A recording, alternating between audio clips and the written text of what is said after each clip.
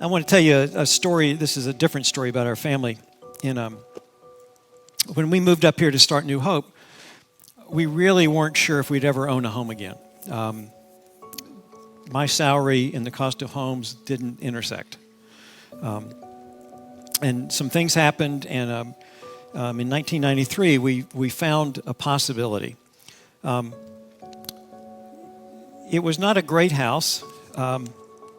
This is the shape it was in. We saw it was on the market.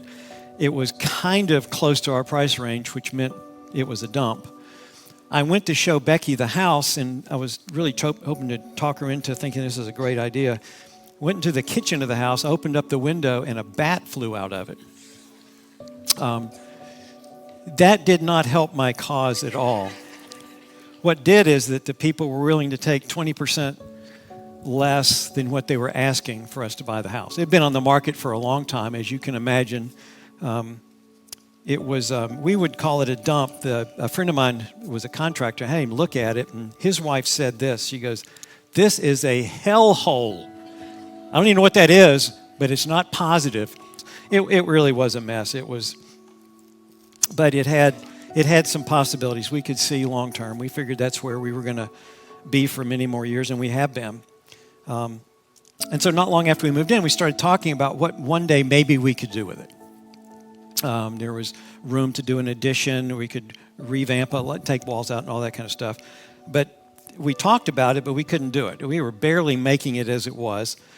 But we had these ideas and things we were hoping to do one day. And I remember my son, when he was about 8, he came up and said, "Quit talking about it. We're never going to do anything to this house." 8 years old. He didn't say it one time. Many times. Whenever we talk about, well, we could do this. No, it's never going to happen. I mean, he was pretty sure that we were just all talk and no action. That was an 8-year-old's perspective.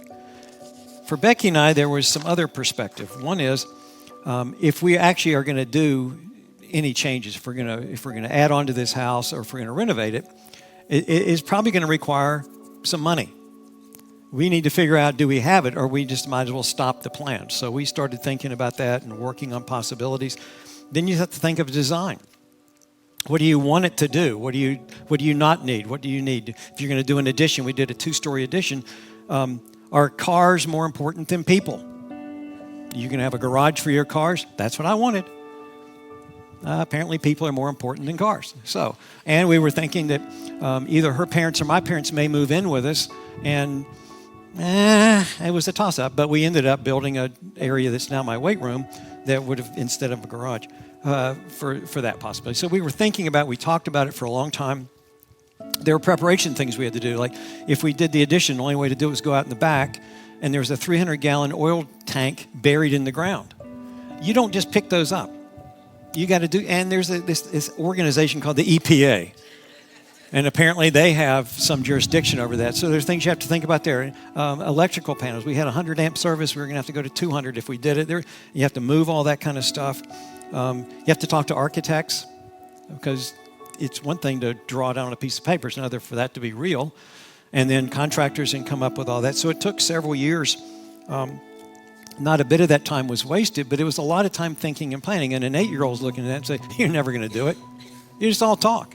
But finally, we did. We figured out how to do it, and we launched into doing a pretty major addition and renovation. It took us a year to do it. I would not recommend living in a house that you do this kind of work to. It'd be better to move out, move somewhere else. Especially if you want to use the kitchen, because we had to bust out the wall of our kitchen where the bat used to live in order to do this addition.